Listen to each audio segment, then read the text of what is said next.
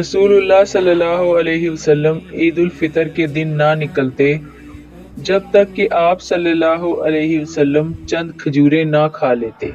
اور مرجی بن رجا نے کہا کہ مجھ سے عبید اللہ بن ابی بکر نے بیان کہا کہ مجھ سے انس رضی اللہ تعالی عنہ نے نبی کریم صلی اللہ علیہ وسلم سے پھر یہی حدیث بیان کی کہ آپ صلی اللہ علیہ وسلم تاک عدد کھجوریں کھاتے تھے۔ صحیح بخاری حدیث نمبر 953۔ ابو بکر رضی اللہ تعالی عنہ تشریف لائے تو میرے پاس انصار کی دو لڑکیاں وہ اشعار گا رہی تھی جو انصار نے بعث کی جنگ کے موقع پر کہے تھے۔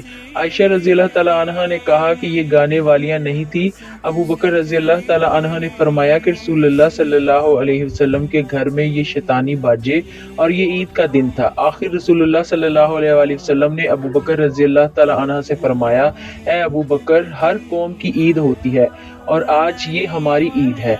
صحیح بخاری حدیث نمبر 952۔ اس ویڈیو کو زیادہ سے زیادہ شیئر کیجیے۔